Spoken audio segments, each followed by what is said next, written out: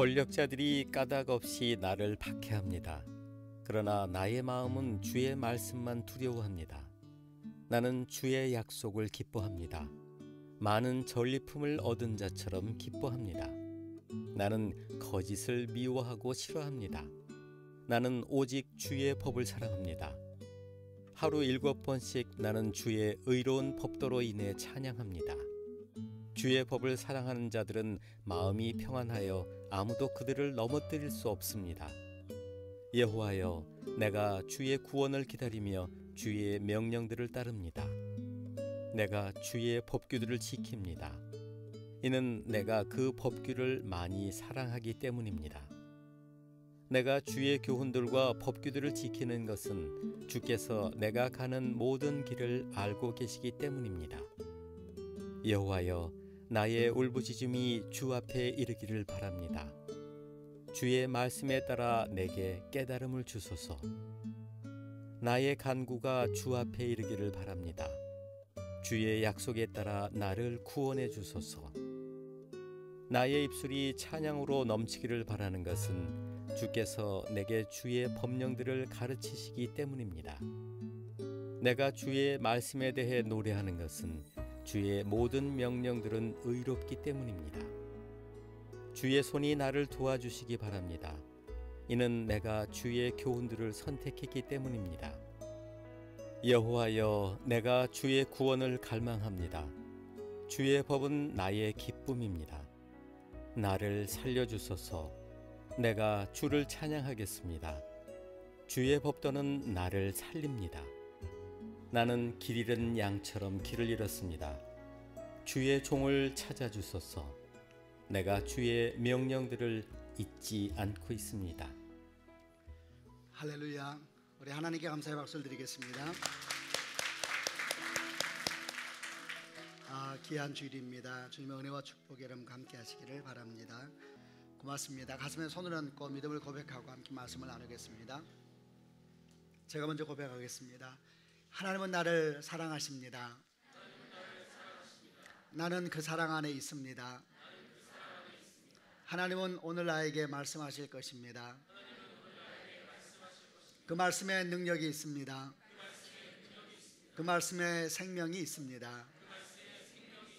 나의 마음을 하나님께 열겠습니다. 나의 생각을 예수님께 집중하겠습니다. 들은 만큼 변합니다.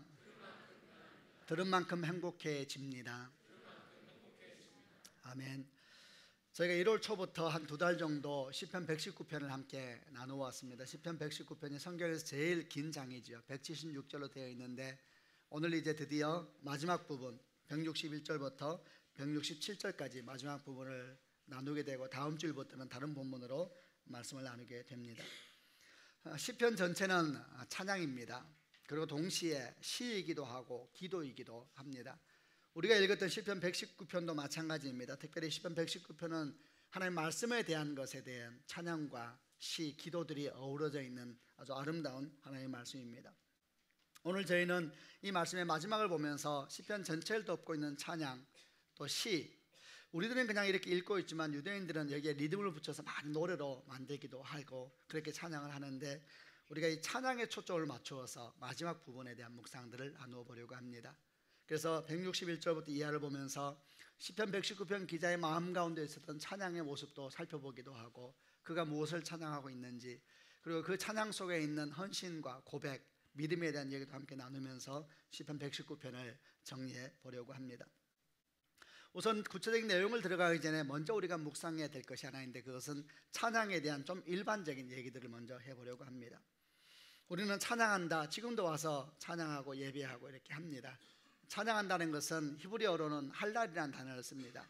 할렐루야 할 때는 야가 하나님이라는 뜻이니까 여호와를 찬양하라 할렐루야 이렇게 표현하지요. 할랄이라는 단어를 쓰는데 찬양한다는 말은 단순히 노래한다는 의미가 아닙니다. 원래 찬양이라는 말, 할랄이라는 말이 가지고 있는 언어적인 뜻은 조금 이렇게 실제적인 뜻입니다. 어쩌면 약간 감정적인 느낌도 있기도 한 그런 언어인데 칭찬한다, 자랑한다 또는 의시된다 이런 뜻이 찬양한다는 언어 속에 포함되어 있습니다.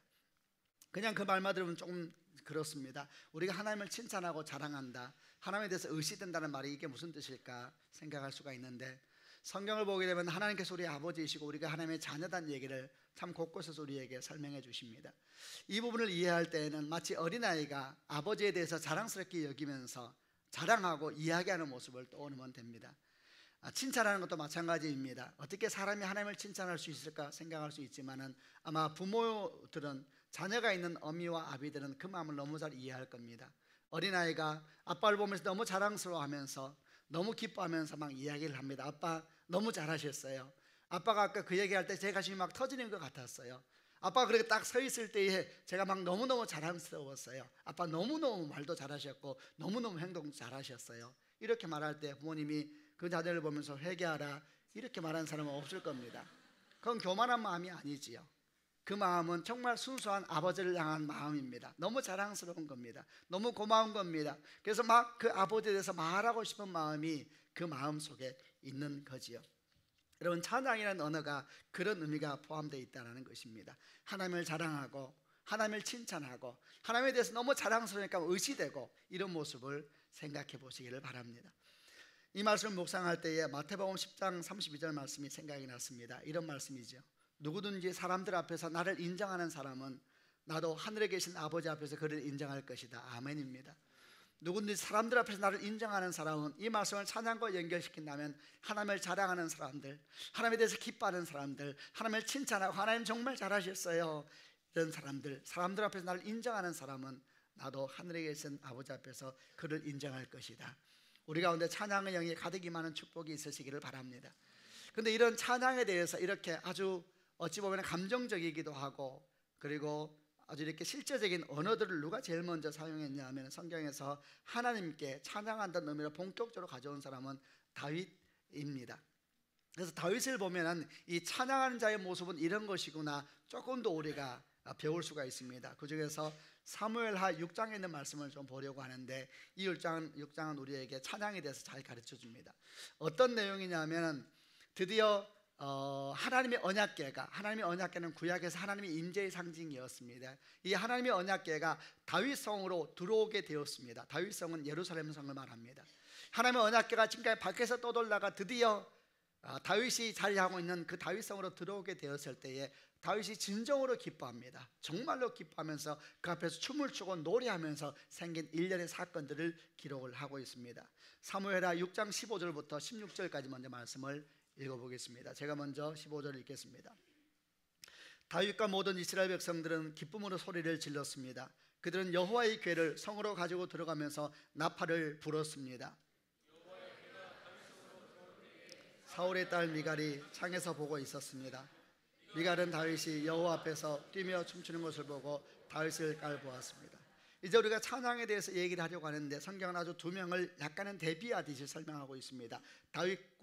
다윗의 아내 사울 왕의 딸이기도 했습니다. 미갈에 대해서 같이 대조적으로 나오고 있는 상황입니다. 하나님의 언약궤가 들어올 때 다윗과 모든 이스라엘 백성들은 나와서 춤을 추고 기쁨으로 노래했습니다. 그러나 이들과 다르게 한 여자는 멀리에서 창문 밖으로 바라보면서 그 상황을 보는 여자가 있었다는 것이죠. 그리고 다윗이 하나님의 언약궤 앞에서 춤추는 것을 보고 그 여인이 다윗을 깔보았습니다. 하나님의 언약궤는 임재의 상징이었기 때문에 이 언약궤가 다윗성에 들어올 때에 정말 다윗은 행복했습니다. 진심으로 감사하고 마치 하나님께서 자기 삶 가운데 들어오시는 것 같은 그런 감동을 느꼈을 겁니다. 그래서 그가 춤추기 시작한 것입니다. 그런데 얼마나 열심히 춤을 추었는지 자기 옷 맵시가 좀 흐트러지는 것을 모르고 있었습니다. 얼마나 열심히 춤을 췄는지 옷이 약간 흘러내리고 있는지도 모르고 있었습니다. 그런데 그걸 잘 보던 사람이 있었는데 다윗의 아내 미갈이었죠. 그는 창문 너머서 멀리서 그걸 보다가 다윗이 춤을 추면서 옷 맵시가 흐려지고 흩어지고 또 옷이 흘러내리는 걸 보면서 나중에 다 끝나고 들어온 다윗에게 결국 한마디 합니다. 그 한마디 하는 내용이 이제 그 다음에 적혀 있습니다. 사무엘하 6장 20절부터 22절인데 그 부분도 같이 읽어보겠습니다. 제가 먼저 20절 읽겠습니다. 다윗은 자기 집 사람들을 축복하기 위해 집으로 돌아갔습니다. 그런데 사울의 딸 미갈이 다윗을 맞으러 나와서 말했습니다. 오늘은 이스라엘의 왕이 체면을 잃었군요. 당신은 당신 신하들이 여종이 보는 앞에서 몸을 드러내었어요. 당신은 부끄러움도 모르고 몸을 드러내는 바보 같았어요. 21절.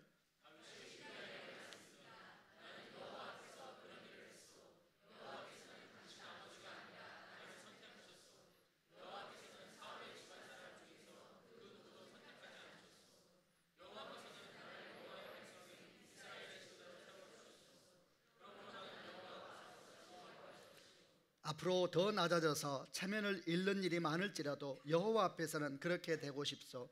그러나 당신이 말한 그 여종들은 나를 존경할 것이요. 그러니까 미갈이 기다렸다가 이제 다 잔치가 끝나고 다윗이 집안 사람을 축복하기 위해서 집으로 들어올 때에 그 다윗을 맞이하러 나가서 바로 한마디 하는 겁니다. 오늘은 이스라엘 왕이 체면을 잃었습니다. 당신은 당신 부하들의 여종들이 보는 앞에서 몸을 드러내었습니다. 당신은 부끄러움도 모르고 몸을 드러내는 바보 같았습니다. 이렇게 이제 하나님 앞에서 춤을 추고 하나님 앞에 노래했던 다윗을 향해서 한마디 툭 던졌습니다. 그때 다윗이 미갈에게 말합니다. 나는 여호와 앞에서 그런 일을 했어. 여호와께서는 당신 아버지가 아니라 나를 선택하셨어. 여호와께서 사울의 집안 사람들 중에서 그 누구도 선택하지 않으셨어.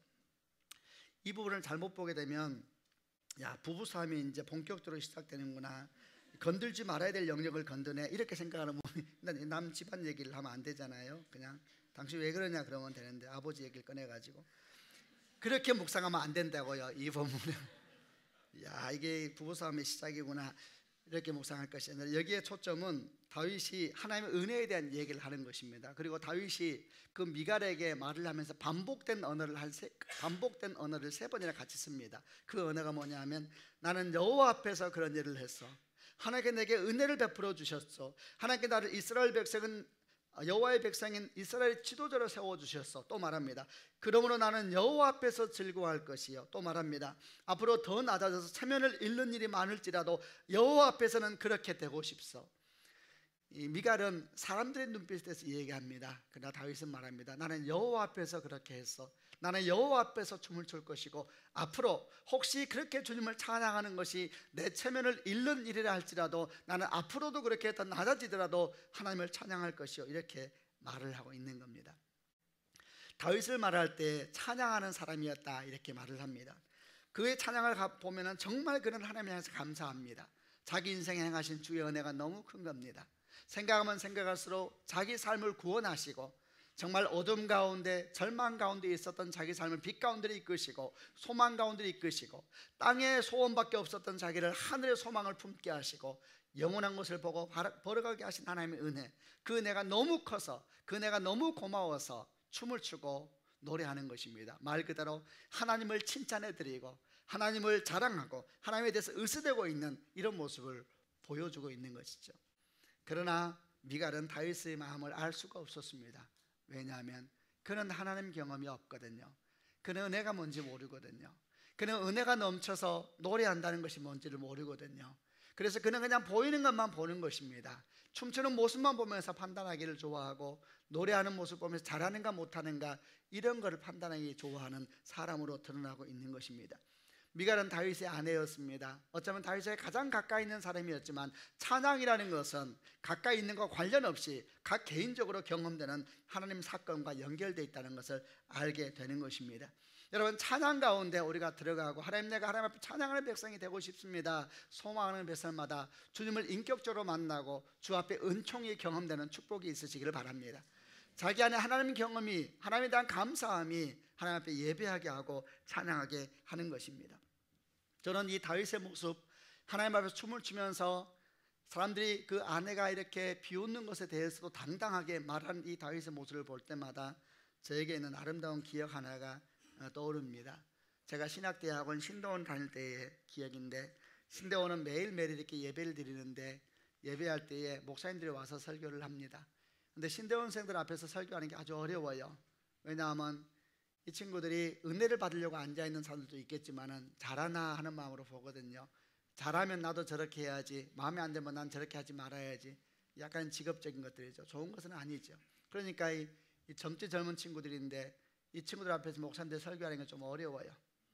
근데 어느 날 설교를 하는데, 그날은 어떤 날이었냐면 추수감사주일이었습니다. 근데 누가 오셨냐면 이름만 말하면 알만한 아주 선배 목사님, 머리는 하얗고 그런 분이 이제 신대원생들 앞에서 추수감사절 예배를 드리기 위해서 왔는데 한복을 곱게 차려입고 오셨더라고요. 저는 사실 그게 더 감동이었어요. 은혜가 아니라 자난을 보자라는 사람들 앞에서 관계없이 깨끗하게 옷을 단장히 입고는 그 얼마나 겸손한 겁니까?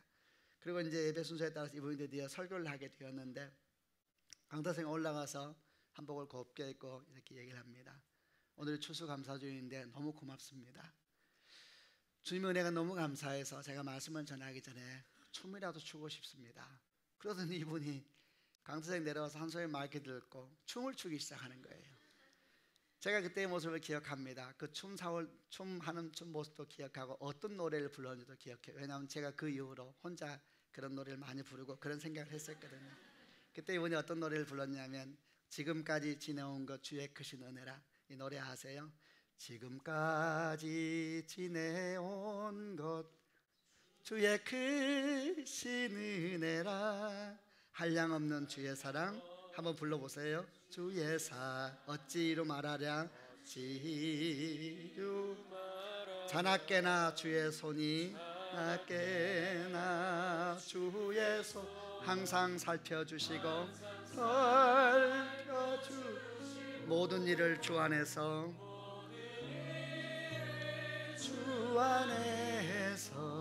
형통하게.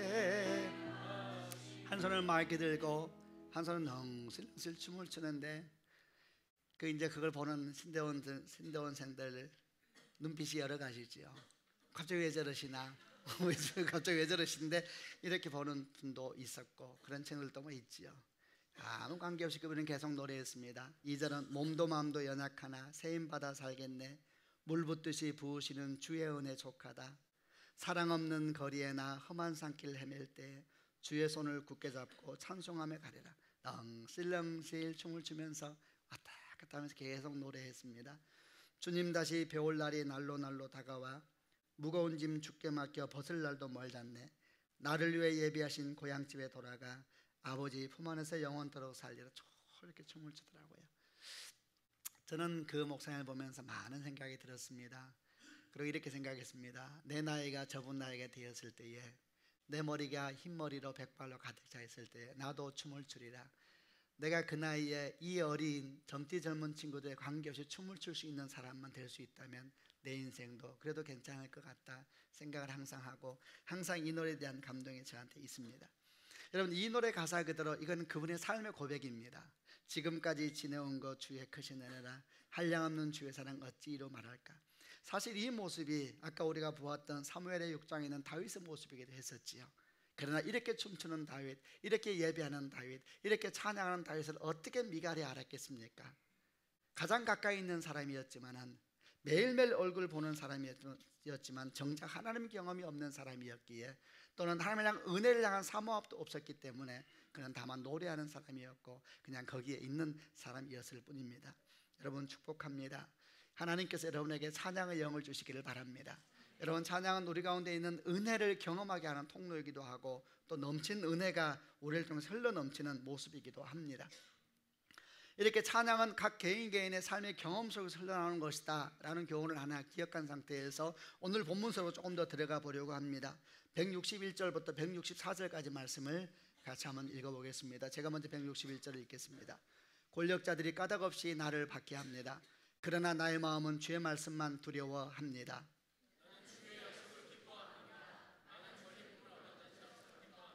나는 거짓을 미워하고 싫어합니다. 나는 오직 주의 법을 사랑합니다. 아멘입니다. 이제 여기서 시편 기자가 찬양하는 주제는 뭐냐면 하나님 말씀을 인해서 찬양한다라는 것입니다.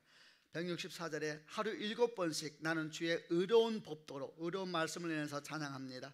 나는 주의 약속을 기뻐합니다. 많은 전리품을 얻은 것처럼 기뻐합니다. 나는 거짓을 미워하고 싫어합니다. 나는 오직 주의 법을 사랑합니다.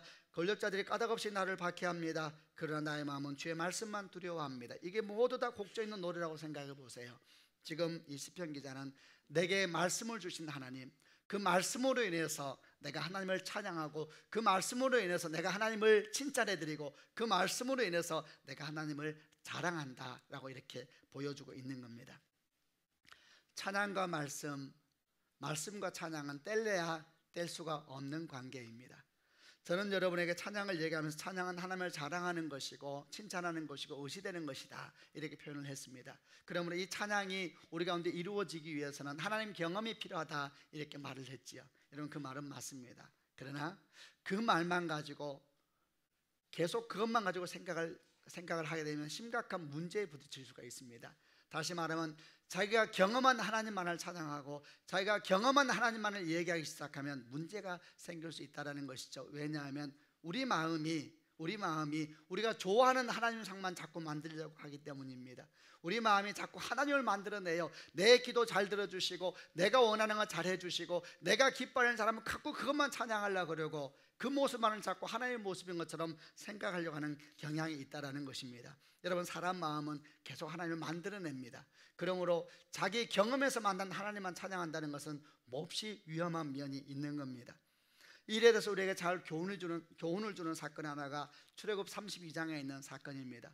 출애굽 32장은 어떤 내용이 적혀 있냐면 이스라엘 백성이 출애굽하고 난 다음에 시내산에 가게 되었습니다. 그리고 하나님께서 모세를 40일 동안 시내산으로 부르시고 난 다음에 40일 동안 모세를 기다리던 이스라엘 백성들 사이에서 일어난 일입니다. 모세가 40일 동안 나타나지 않았습니다. 이스라엘 백성은 분명히 모세가 사고가 났다 생각했습니다. 그래서 아론에게 뛰어가서 모세를 대신하여서 우리를 애굽 땅에서 이끌어낸 신을 만들어 달라, 앞으로 우리를 인도할 신을 만들어 달라, 이렇게 요구를 하고 아마 그 요구가 거셌던 것 같습니다. 그래서 아론이 그들의 말을 들어줍니다. 아내와 아들과 딸이 달고 있는 금 귀고리를 빼서 내게 가져오시오. 그러자 백성들은 모든 달고 있는 금 귀고리를 기꺼이 냅니다. 엄청난 헌신이지요. 금은보화를 막 냅니다. 대단한 헌신을 하고 있습니다. 그리고 그 헌신을 가지고 금송아지를 만들었습니다. 금송아지를 만들 때에 사람들이 외칩니다. 바로 이것이 너희를 이집트 땅에서 인도해낸 신이다. 그러자 아론이 말합니다. 내일 여호와를 위하여 절기를 지키겠다. 이 절기는 하나님께서 말씀한 절기가 아닙니다. 금송아지 만들고 갑자기 절기까지 만듭니다. 내일 여호와를 위한 절기를 만들겠다, 지키겠다. 그러자 모든 백성들이 그 말에 순종합니다. 일찍 가서 잠을 잡니다. 왜? 일찍부터 나와서 주를 예배하기 위해서. 그리고 다음날 아침 일찍 일어났습니다. 성경은 뭐라고 기록하냐면 이튿날 아침 백성들은 일찍 일어났습니다. 하나님께 예배하기 위해서 일찍 일어났습니다. 그리고 그들은 번제와 화목제를 드렸습니다. 6절 말씀. 그 다음에 이렇게 기록합니다. 백성은 앉아서 먹고 마시다가 일어나서 마음껏 즐기며 놀았습니다. 여러분, 지금 이 사람들은 무엇을 하고 있느냐? 사실 이들은 예배하고 있는 것입니다. 찬양하고 있는 것입니다. 우리는 이 예배가 얼마나 잘못되었고 이 찬양이 얼마나 잘못됐다는 걸 지금 알지만 문제는 뭐냐면 그 당시의 사람들은 전혀 그렇게 생각하지 않았다는 것입니다. 그 당시의 사람들은 정말 그들이 여호와께 예배한다고 생각했습니다. 그 당시의 그들은 정말 여호와께 찬양한다고 생각했습니다. 정말 그들은 그렇게 생각했습니다. 보십시오, 그들은 헌신합니다. 금은보화를 빼놓고 갖다 줍니다. 그들은 아침 일찍 일어나서 모이자 그러니까 일찍 일어나서 몸과 마음을 준비했겠지요. 그리고 가서 번제와 화목제까지 드립니다. 그들은 하나님께 예배하고 하나님께 찬양을 한 것이죠. 성경은 뒤에 이렇게 기록했습니다. 백성은 앉아서 먹고 마시다가 일어나서 마음껏 즐기며 놀았습니다. 그들은 하나님께 예배한다고 했는데 아주 뒤에 표현이 아주 묘하게 약간 뉘앙스가 이상해지기 시작합니다. 사실 이 모습이 우리에게 생각나게 하는 그림이 뭐냐면 당시 이방 종교에서 드렸던 제사 모습을 생각나게 합니다. 당시 이방 종교들도 제사를 지냈습니다. 예배했습니다. 찬양했습니다. 여러분, 찬양은 교회만 하는 것이 아닙니다. 했습니다. 그들은 제사를 지내고 난 다음에 그 우상 앞에서 질퍽하게 놀았습니다. 온갖 짓을 다 하면서 놀았습니다. 성적인 물러남도 거기에 따랐습니다. 그리고 그들은 그것이 예배라고 말을 했습니다. 그들은 그것을 예배라고 말했습니다. 근데 지금 이스라엘 백성들이 똑같이 그렇게 지금 하나님이라고 금송아지를 명명하면서 그렇게 말하고 있는 것입니다. 문제는 이것입니다. 도대체 이렇게 예배하고 찬양하고 있는 이들은 누구인가라는 겁니다. 이들이 누구입니까? 하나님의 인도를 따라 출애굽한 사람들입니다. 이들이 누구입니까? 하나님의 은혜를 따라 홍해를 건넌 사람들입니다. 이들이 누구입니까? 낮에는 구름 기둥으로 밤에는 불 기둥으로 인도함을 받는 사람들입니다. 이들은 누구입니까? 아침마다 만나라고 하는 하나님의 양식으로 공급받는 사람들입니다. 이들은 누구입니까? 목마를 때 바위에서 물이 터지게 하신 하나님의 은혜를 따라서 그 물을 마시면서 광야를 걸어가고 있는 사람입니다. 이들은 누구입니까? 하나님께서 당신의 백성이라고 말했던 사람들입니다. 그런데 이들이 하나님을 알지 못하여서 금송아지를 하나님이라 이름 짓고 거기서 제사 지내고 찬양하고 있었던 겁니다. 초점 뭐냐면 이런 것입니다. 이들은 많은 하나님 경험을 가지고 있습니다. 놀라운 기적 속에 살아왔습니다. 그런데 참으로 아이러니하게도 이들은 정작 하나님은 모르고 있었습니다. 얼마나 놀라운 이야기입니까? 왜 이런 일이 생겼을까요? 수많은 은혜 속에서 거기까지 걸어왔으면서 왜 정작 이들이 하나님에 대해서 잘못된 하나님의 상을 가지고 예배하고 있는 것일까요? 오늘 말씀과 묵상에서 이해를 한다면 이들이야말로 경험으로만 하나님을 알았던 사람입니다. 이들은 경험 속에서 만난 하나님에 대해서만 제사했던 것입니다. 이들의 경험이 뭐였냐? 세상 경험이었죠. 애굽 경험이었습니다. 애굽에서는 그렇게 했거든요. 그들이 할 수 있는 최고의 제사를 지는 겁니다. 지금 백성들은 금은보화를 다 빼서 녹였잖아. 이런 헌신이 어디 있습니까? 애굽에서 드릴 수 있는 최고의 예배를 드린 겁니다. 그들이 경험한 신상, 그들이 경험한 신, 그것을 하나님의 명령하고 예배를 드리고 있는 겁니다. 우리는 중요한 교훈을 배워야 합니다. 하나님께 진정 예배하길 원한다면 경험만으로 하나님을 알면 안 됩니다. 아멘 하시길 바랍니다. 우리는 경험이 몹시 소중한 것을 알아야 됩니다. 은혜가 있어야죠. 그래야 온전하게 예배할 수 있죠. 그러나 경험만으로 예배하면 안 됩니다. 이 경험이 하나님의 말씀과 만나야 되는 것입니다. 동시에 여러분, 말씀만으로, 문자만으로 예배해도 안 됩니다. 문자만으로 찬양하는 사람, 문자만으로 예배하는 사람은 율법학자가 되는 것이고 바리새인 되는 것이고, 그리고 경험만으로 예배하는 사람, 경험만으로 찬양하는 사람은 오늘 여기서 보았던 출애굽 32장에 있는 이스라엘 백성들과 같은 길을 걸어가게 되는 것입니다. 이 일은 다 성경적이지 않고 몹시나 위험한 것입니다. 우리는 찬양해야 됩니다. 우리는 예배해야 됩니다. 아멘입니다. 그래야 그 찬양이 바르게 되기 위해서는 말씀과 삶이 만나는 곳에서 그건 치열한 삶의 현장이지요. 주의 말씀을 붙들고 또 그 말씀을 가지고 살아가면서 경험한 하나님, 그 하나님의 은혜들이, 그 하나님의 감동하심들이 우리 가운데 찬양이 되는 축복이 있으시기를 주님의 이름으로 축원드립니다. 그런데 이렇게 말씀은, 온전한 찬양은 감동의 경험이 있어야 된다. 그것만이 아니라 말씀이 있어야 된다. 동시에 또 하나 기억할 것이 있습니다. 그것은 말씀을 우리가 알되 바르게 알아야 된다는 것입니다. 왜냐하면 말씀을 모름으로 말미암아 경험 안 있고 말씀을 모르는 사람들은 우상을 숭배하고 잘못된 예배를 드리게 되지만은 말씀을 알긴 아는데 이상하게 아는 분들도 있습니다. 말씀을 뒤틀어 놓아 버렸어요. 말씀을 자기 욕망과 자기 생각과 거기에 따라 말씀을 뒤틀어 버리면서 그 뒤틀어 놓은 하나님의 상을 가지고 예배하는 사람이 있습니다. 이 사람들은 어떤 면에서는 더 위험합니다. 왜 위험하냐면 이들은 하나님을 대적하기 시작하거든요. 제가 대학교에 다닐 때에 자취하고 있었는데 어느 날 제 자취방에 누가 문을 똑똑 두드렸습니다. 문을 여니까 두 명의 여인이 앞에 서 있더라고요. 저는 경계했습니다. 두 명의 여인은 경계해야 됩니다. 그래서 어떤 일이냐 그러니까 손에 성경을 들고 있더라고요. 예수님에 대해서 관심이 있네요. 몹시 관심이 있습니다. 제가 성경을 배울 때 했으니까 몹시 관심이 있습니다. 그러니까 얘기를 하재요. 나중에 보니까 여호와의 증인이더라고요. 좋다고. 나도 성경을 가져오고 그들도 성경을 가져와서 얘기를 하기 시작했습니다. 두 분 중에 한 명은 메신저, 한 명은 헬퍼예요. 한 명은 배우러 온 것이죠. 얘기 나누니까 1시간 정도 얘기 나누다가 제가 이렇게 했어요. 자매님과 저는 같은 성경을 보면서 다른 하나님을 섬깁니다. 그러니까 이 자매가 맞다 그러더라고요. 제가 마음이 아팠어요. 정말 많이 다르더라고요. 그래서 제가 이런 생각이 들었어요. 오늘 주께서 역사하시리라 생각이 들어서 제가 자매에게 제안을 했어요. 어떤 제안을 했냐면, 자매 그럼 우리 이렇게 합시다. 나는 내 하나님께 자매를 위해서 기도하겠습니다. 자매는 자매의 하나님께 나를 위해서 기도해 주십시오. 저는 그날 역사가 생길 것 같더라고요. 어떤 생각이 떠올랐냐 하면 갈멜산이 떠올랐어요. 갈멜산에서 엘리야가 바알과 아세라의 거짓 예언자들 850명이 있었잖아요. 그 850명과 함께 대결을 하는데 무슨 대결을 했냐면은 다 예배를 드려요. 그리고 어느 신이 진짜 신인가를 전쟁하는 거예요. 그래서 이 바알과 아세라 850명의 예언자들이 열심히 제사를 드리는데 하늘에서 아무 응답이 없습니다. 몸에 피를 내고 막 온몸을 다 상향하면서 예배하지만은 아무런 헛예배지요. 다 지나고 난 다음에 엘리야가 제사할 때 하늘에서 불이 임하여서 그 제사를 다 받으신 장면이 나옵니다. 저는 생각했습니다. 오늘 불이 임하리라. 그래서 제가 자매에게 말한 겁니다. 자매 우리 기도합시다. 그러면 나는 내 하나님께 당신을 위해서 자매를 위해서 기도할 테니까 자매는 자매 하나님께 나를 위해서 기도해 주세요. 그럼 저는 막 불이 임할 것 같더라고요. 그럼 이 자매가 막 회개 역사가 일어나고 막 내가 잘못했다고 막 그러고 이런 역사를 막 꿈꾸면서 제가 믿음이 투철했을 때입니다.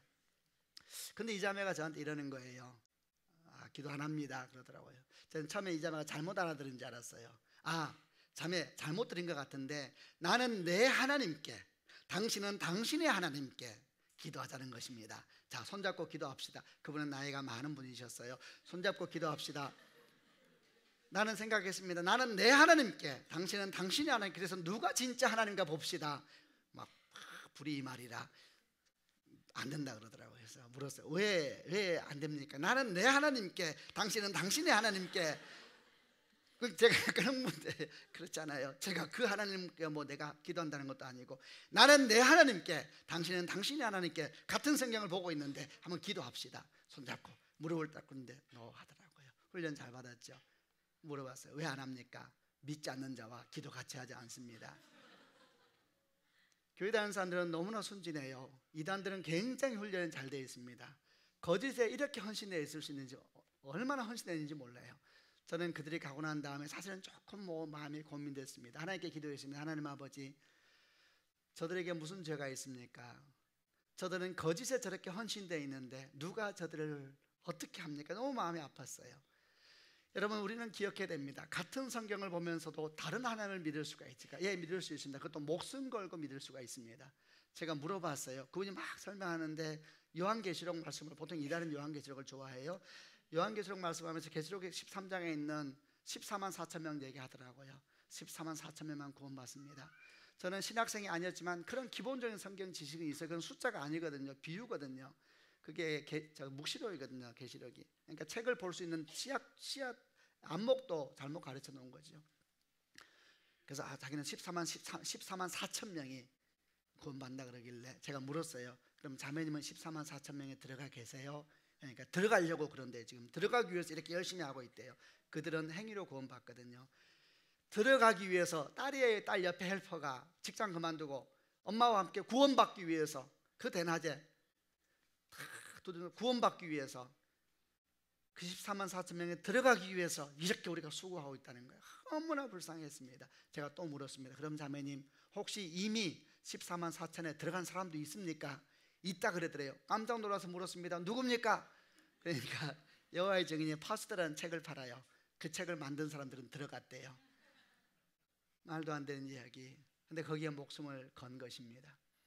여러분, 우리는 하나님을 예배할 때 하나님을 알 뿐만 아니라 바르게 알아야 되는 것입니다. 잘못된 하나님의 지식을 가지고 잘못된 예배를 드리는 사람이 얼마나 많습니까? 신천지가 그렇습니다.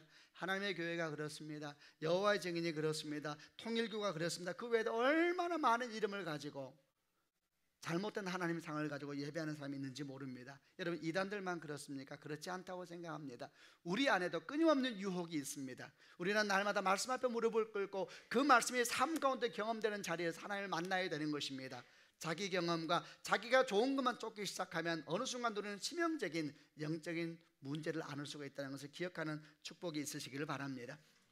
저는 서울드림교회 모든 성도들이 진정으로 주 앞에 예배하고 찬양하는 백성이 되기를 주님의 이름으로 소망하고 축복합니다. 그런 소망이 있는 자들마다 호세아 선지자의 외침을 들어야 합니다. 호세아 선지자가 호세아 6장 3절에 이렇게 말씀하셨습니다. 그러므로 우리가 여호와를 알자, 힘써 여호와를 알자. 그는 힘써 알자 그랬습니다. 왜냐하면 여호와를 아는 것은 노동과 같은 것이거든요. 수고하고 애써야 한다. 시간을 들이고 열정을 들이고 기도하자. 힘써 여호와를 알자. 힘써 여호와를 알자. 그럴 때에 우리 가운데 온전한 예배가 드려지는 것입니다. 호세아 선지자가 이 말씀을 외칠 때 이스라엘 백성들은 다 예배한다고 말했습니다. 그러나 하나님의 영은 그들에게 떠나가 버렸습니다.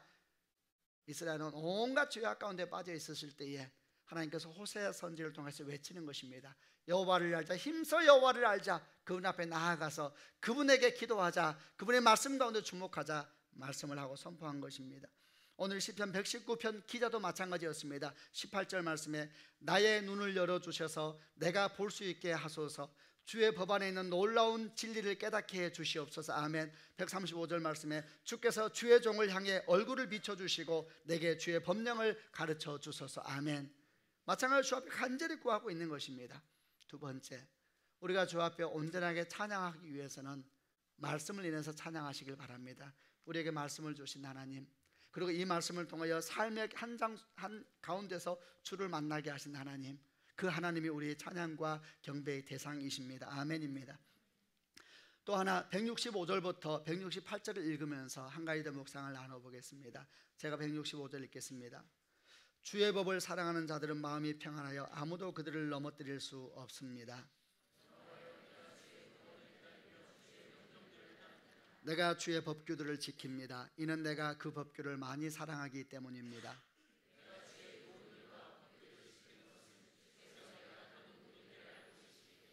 세 번째, 우리는 온전한 찬양하는 사람이 되기 위해서는 어떤 상황 속에서도 찬양할 수 있는 권능이 우리 가운데 필요하다는 것입니다. 인생이 잘 되고 좋을 때만이 아니라 고난 가운데 있을 때도 우리는 찬양할 수 있는가, 슬픔 가운데 있을 때도 우리는 찬양할 수 있는가 생각해 보아야 합니다. 오늘 성경은 이렇게 말합니다. 주의 법을 사랑하는 자들은 마음이 평안하여 아무도 그들을 넘어뜨릴 수 없습니다. 내가 주의 교훈과 법규들을 지키는 것은 주께서 내가 가는 모든 길을 알고 계시기 때문입니다. 아멘입니다. 이런 평안이 우리 마음 가운데 있을 수만 있다면, 이런 믿음이 우리 가운데 있을 수만 있다면 우리는 참으로 주 앞에 항상 찬양할 수 있는 인생으로 설 수가 있을 것입니다. 세 번째, 온전한 찬양의 자리를 지키기 위해서 필요한 것은 하나님께서 주시는 평안이 우리 마음을 주장하게 하는 것입니다. 사도행전 16장을 보게 되면 사도 바울의 삶에 일어났던 한 사건을 기록하고 있습니다. 사도 바울이 빌립보 지역에 복음을 전하고 있을 때에 귀신 들린 한 여종이 있어서 하도 복음을 전하는데 방해해서 귀신을 쫓아 주었습니다. 그리고 그 여종이 정상이 되었습니다. 그러자 이 여종의 주인이 화가 나서 바울과 실라를 관리한테 붙잡아서 관리에게 넘겨줬습니다. 왜냐하면 여종이 정상이 되어버리니까, 귀신 들리면 떠나가 버리니까 점을 못 치는 거예요. 자기한테 돈벌이가 안 되는 거예요. 나쁜 주인이죠. 사람이 정상되는 게 문제가 아니라 돈을 버는 게 목적이었던 사람이어서 바울과 실라가 방해했으니까 그를 붙잡아서 관리에게 넘겨버렸습니다. 그리고 뭐라고 말하냐면 우리 동네 이 지역을 시끄럽게 하는 사람들이다 이러면서 소욕해하는 사람이라 그래서 고발하게 되었습니다. 그때에 빌립보에 있는 많은 사람들도 합세하여서 바울과 실라를 공격하였습니다. 그러자 로마 관리가 바울과 실라의 옷을 찢고 매질하라고 명령해서 성경은 호되게 매질했다 그렇게 설명하고 있습니다. 호되게 매질을 하고, 그리고 바울과 실라는 깊숙한 감옥에 가두고 그들의 발에 쇠고랑을 단단히 채웠습니다. 이렇게 기록되어 있습니다. 그들은 감옥 속에, 깊은 감옥 속에 던져졌다 그랬는데, 이 표현은 그 당시 로마 감옥을 생각하면 지하 감옥이라 생각하면 됩니다. 햇빛이 하나도 들어오지 않는 그런 지하 감옥. 그 감옥 속에 던져놓고 심히 매질을 하고 발에는 사슬이 채워진 상태에서 짐승처럼 던져진 상황입니다. 그런 상황 속에서 그들의 말씀은 이렇게 기록됩니다. 한밤중에 바울과 실라는 하나님께 기도를 하며 찬송을 불렀습니다. 다른 죄수들도 그들의 기도와 찬송 소리를 듣고 있었습니다. 그때 갑자기 감옥까지도 흔들 정도의 큰 지진이 발생했습니다.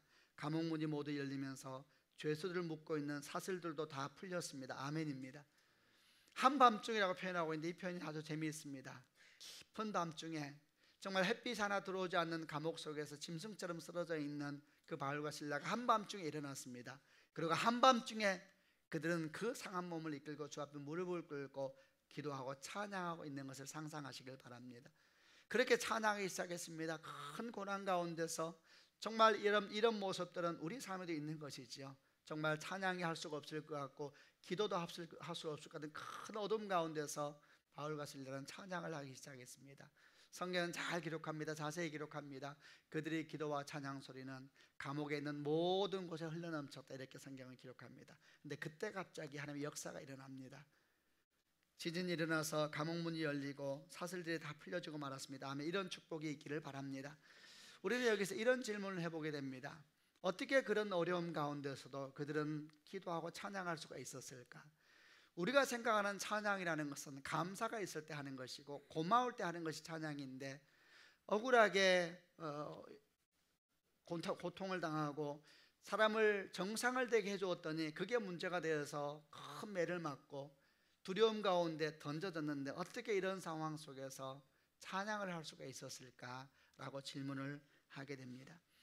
어떻게 이런 상황 속에 찬양할 수 있을까? 만약에 이 답을 찾을 수가 있다면 우리도 마찬가지입니다. 우리가 큰 어려움 가운데 있을 때에 정말 바닥까지 떨어졌을 때 우리도 찬양할 수 있을 것이고, 그러면 우리에게도 동일한 역사가 일어나게 될 줄로 믿습니다. 어떻게 찬양할 수 있었을까? 여기에 대한 답이 오늘 우리는 시편 119편에서 찾아볼 수가 있습니다. 주의 법을 사랑하는 자들은 마음이 평안하여 아무도 그들을 넘어뜨릴 수 없습니다. 아멘. 내가 주의 교훈과 법규를 지키는 것은 주께서 내가 하는 모든 일을 알고 계시기 때문입니다. 한마디로 말하면 바울과 실라의 마음 가운데 주의 평안이 깊게 자리 잡고 있었다는 것입니다. 주께 주신 평화가 마음에 있는 사람은 사람들이 환경에 그를 넘어뜨리지 못한다고 성경이 말하고 있습니다. 아멘입니다. 주의 평화가 그들 마음에 가득 채우고 있었던 것이죠. 이 평화는 도대체 뭡니까? 우리 주님께서 이렇게 말씀하셨습니다. 요한복음 14장 27절에 평안을 너에게 끼치노니 곧 나의 평안을 너에게 주노라. 아멘. 내가 너에게 주는 건 세상에 주는 것 같지 아니하니 너희는 마음에 근심도 말고 두려워하지도 말라. 16장 33절에 이것을 너희에게 이르면 너희로 하여금 내 안에서 평안을 누리게 하려 함이라. 세상에서는 너희가 환난을 당하나 담대하라. 내가 세상을 이기었노라. 아멘입니다. 여러분, 이 바울과 실라의 마음속에 있었던 평안이 뭐냐 하면 예수님의 주신 평안입니다. 아멘입니다. 그 마음이 마음속에 굳게 잘 잡히고 있으니까 삶이 지극히 고통스러워도 신기한 찬양의 능력이 그 안에서 흘러나왔던 것입니다. 여러분, 이런 역사가 있기를 바랍니다. 사실 문제는 뭐냐 하면 이 평안이 어떻게 내게 오느냐가 문제이죠. 아, 그렇구나. 이런 평안이 오면은 그런 절망 속에서 찬양할 수 있고 그 찬양은 능력이구나라는 걸 동의하는데, 문제는 이 평안이 어떻게 내게 오느냐가 문제이죠. 여러분, 제가 여러분에게 이 평안이 어떻게 오는지를 설명해 드리겠습니다. 먼저는 우리 주님께서 말씀한 그대로입니다. 나의 평안을 너에게 주노라 그랬습니다. 그러면 어떻게 하면 돼요? 받으면 되는 것입니다. 주님께서 주신다 그랬잖아요. 아멘. 내게 주의 평안을 주시옵소서. 받으면 되는 겁니다. 아멘이죠. 그냥 믿으시길 바랍니다. 여기서는 어떻게 설명하겠어요? 평안을 내가 가져와서 보여줄 수도 없고. 신기해요. 하나님의 평안이 있어. 하나님의 평안이 임하면은 이게 염려가 자리를 잃어버립니다. 염려가 막 당황을 해요. 길을 잃어버려요. 그냥 염려가 도망가 버린다고 말해야 될 거예요. 그 평안이 어떻게 우리에게 올 수가 있느냐? 우선 여러분, 평안을 받으셔야 됩니다. 제가 여러분에게 이 주님의 말씀을 대신 선포할 테니까 여러분이 받으시길 바랍니다. 제가 일부부터 해봤는데 되게 이렇게 어색해 하시더라고요. 그래서 통일하겠습니다. 손을 한번 내밀어 보시죠. 손을 내밀고 제가 여러분에게 나의 평안을 내게 주노라 그러면 여러분이 어떻게 하냐면, 예 주여 주의 평안을 내게 주시옵소서, 이렇게 받으면 돼요. 따라 하시죠. 예 주님, 주의 평안을 내게 주시옵소서. 좀 깁니다만은 그렇게 준비하고 있다가 제가 선포할 테니까 받으시길 바랍니다. 주님의 말씀이 있습니다. 평안을 너에게 끼치노니 곧 나의 평안을 너에게 주노라. 아멘. 품으시길 바랍니다. 이렇게 말씀을 받은 상태에서 그 다음에 어떻게 하냐면 지금 말한 것처럼 품어야 합니다. 품는다는 것은 마치 계란을 달게 품고 있으면서 병아리가 나오길 기다리는 것처럼 겸손한 마음으로, 가난한 마음으로 주 앞에 머무는 것을 품다고 말하는 겁니다. 동시에 이 품는 것은 기도하는 것입니다. 염려가 있고 근심이 있지요. 그 염려와 근심이 지금 함께 엉켜 있는 것입니다. 주의 말씀은 받았지만 염려도 같이 있는 상태 속에서 주 앞에 머무는 것입니다. 그리고 주 앞에서 품고 있는 것입니다. 기도하는 것입니다. 주여 이 염려가 떠나가고 주의 평안이 나를 가득 덮도록 도와주옵소서. 기도하는 것입니다. 여러분, 그럼 역사가 일어나게 되어 있습니다. 어느 순간 하나님께서 그 평화가 나를 가득 덮게 만들어 버리세요. 그냥 아멘 하시기를 바랍니다. 제가 이를 생각할 때 한 가지 사건이 생각났습니다. 제가 여러분에게 아마 말한 적이 있었을 것 같은데, 교회 개척을 했을 때에 있었던 일입니다. 저희 어머님은 교회 개척 그러면 깜짝 놀라는 분이고 절대 안 된다는 분입니다. 왜냐하면 우리 어머니가 장사하실 때에 너무 가난한 목사를 많이 봤어요. 먹을 것이 없는 목사님이 많아서 우리 어머니가 밥을 줬었어요. 그러니까 우리 어머니는 교회 개척한다 그러면 큰일 나는지 알아요. 그래서 항상 우리 어머니는 기도했어요. 제가 온누리교회 있을 때니까 항상 온누리교회를 위해서 기도하고 한 목사를 위해서 기도하고 다 자식을 위한 기도지요. 열심히 기도했었어요. 어찌니 거기서 있으라고 이제 계속 기도한 것이죠. 근데 사람이 뭐 그렇게 되나요? 우리가 드디어 이제 하나님이 다 주의 은혜죠. 개척을 하게 됐는데 말을 못하는 거예요. 제가 어떻게 이 소식을 전할 수가 있을까? 전화로는 할 수가 없어서 제가 저희 아내와 함께 내려갔습니다. 직접 말을 해야 된다. 내려갔습니다. 말을 할 수가 없죠. 개척했다 말을 해야 되는데 할 수가 없는 거예요. 근데 내려가니까 어머니가 갑자기 저보고 기도하자 그러더라고요. 그래서 어머니 혼자 기도하는데 갑자기 기도하다 말고 막 교회 개척 얘기를 하는 거예요. 그래서 제가 눈을 떴어요. 기도 받다 말고. 화가 났어요. 우리 아내에게. 언제 말한 거야? 내가 분명히 말하지 마라 그랬는데. 그래서 고개 들고 째려봤어요. 우리 어머니 계속 기도하고 있고 지금 기도가 중요한 게 아니에요. 언제 말해가지고 이렇게 노인들 이렇게 그리고 숙이고 이제 화가 났어요. 말하지 말라 그랬는데 이제 다시 고개 숙이고 다 끝나자마자 제가 물었어요. 엄마 언제 들었어요? 뭘? 아니 교회 개척 언제 들었어요? 교회 개척하니? 지금 기도했잖아요. 교회 개척에 대해서. 하나님이 자꾸 시키가 했는데 너 교회 개척하니? 엄마 교회 개척해요. 그러니까 엄마 깜짝 놀라는 거죠. 그래서 이게 도대체 뭔 일인가? 그리고 저희는 올라와서 이미 다 틀어놨으니까. 우리 어머니가 이제 기도를 시작합니다. 기도하는 게요. 근데 어느 날 제가 내려갔더니 어머니가 얼굴이 달라져 있어요. 그리고 교회 개척에 대한 얘기를 별로 안 해요. 그래서 내가 물었어요. 엄마, 교회 개척 때문에 걱정 안 되냐니까 걱정 안 된대요. 왜?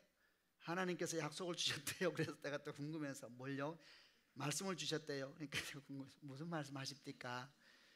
그러니까 아침마다 가서 울었대요. 하나님, 우리 아들, 불쌍한 우리 아들. 그러니까 온통 그림이 그 밥 자기가 챙겨줬던 그 목사님, 결국 이제 그 목사님도 어딘가 떠났어요. 그 목사님은 잘 먹고는 있을까, 이 생각이 우리 어머니는 가득 찬 거예요. 불쌍한 그 목사님, 우리 아들이구나, 막 이렇게 생각하면서 기도를 하는 거죠. 새벽마다 운 거예요. 갑자기 주의 음성이 들리더래요. 근데 그 음성이 제가 기가 막히는 음성이 뭐라고 그러냐면, 하나님께서 이렇게 말씀하시더래요. 너무 염려하지 마라. 안 그래도 그것 때문에 회의 중이다. 이렇게 말하더래요. 저는 그런 음성은 처음 들어봤어요. 순간 제가 이상한 생각이 들어요. 뭔 회의하시는 하나님이? 근데 중요한 것은 그 말씀이 들리자마자 저희 어머니가 정말 눈 녹듯이 염려가 떠나가 버리더래요. 염려라는 게 여러분 알잖아요. 가라 그런다 가는 게 아니에요. 가라 그래서 안 가니까 더 염려가 되는 것이 염려잖아요. 근데 그냥 가더래요. 그래서 제가 그렇구나. 제가 묵상을 했어요. 주님께서 무슨 회의를 하셨을까? 그래서 제가 참 좋다 그랬어요. 삼위 하나님께서 우리 때문에 모이고 계시구나. 지금 얼마나 기분 좋은 말이에요. 평화가 오는 것이죠. 원래 여러분, 말씀을 받아도 말씀과 염려가 싸웁니다, 안에서. 그럴 때 우리가 그 말씀을 붙들고 품고 기도해야 되는 거예요. 그러면 이 기도가 깊어지고 계속해야 돼요. 그러면 어느 순간 내가 본질을 볼 수 있는 능력이 생겨요. 보이는 건 넘어가 보이기 시작해요. 그러면 하나님의 평강이 이기기 시작하는 겁니다. 어느 순간 내 마음을 꽉 덮어버리는 것이죠. 여러분, 이 일을 생각할 때에 빌립보 감옥 어둠 속에서 한밤중에 일어나서 시간도 모르는 그 상황에서 찢겨지고 상한 무릎을 꿇으면서 기도하는 바울과 실라가 그림이 그려지지 않습니까? 그들은 찬양하면서 힘이 나기 시작하면 얼마나 열심히 찬양했는지 감옥에 다 흘러 들렸다 그랬죠. 그리고 역사가 일어나게 되는 겁니다. 여러분, 지진이 일어날 수밖에 없죠. 모든 것을 바뀌는 것이고 하나님의 은총이 임하게 되는 것입니다. 이제 말씀을 마무리하겠습니다. 사랑하는 성도 여러분, 주의 평화가 여러분과 함께 하시기를 바라고 주의 은총이 여러분과 함께 하시기를 바랍니다. 우리 입술 가운데 찬양의 영이 가득 임하기를 바랍니다. 찬양은 권능입니다. 찬양의 영이 가득 임하기 위해 첫 번째 필요한 것은 은혜를 사모하시기를 바랍니다. 자기가 하나님의 경험이 있어야 돼요. 그래야지 흘러넘치는 것이죠. 두 번째, 말씀 가운데 깊이 머물기를 바랍니다. 이 말씀과 하나님 경험이 만나면서 하나님의 계시가 완성돼 가는 것입니다. 세 번째, 주의 평화를 위해서 많이 기도하시기를 바랍니다. 하나님께서 우리 가운데 큰 평화를 주시고 어떤 상황 속에서도 무릎 꿇고 기도하고 노래할 수 있는 큰 능력이 여러분 가운데 임하게 될 것입니다. 그런 축복이 있을지어다. 같이 한번 기도하십시다.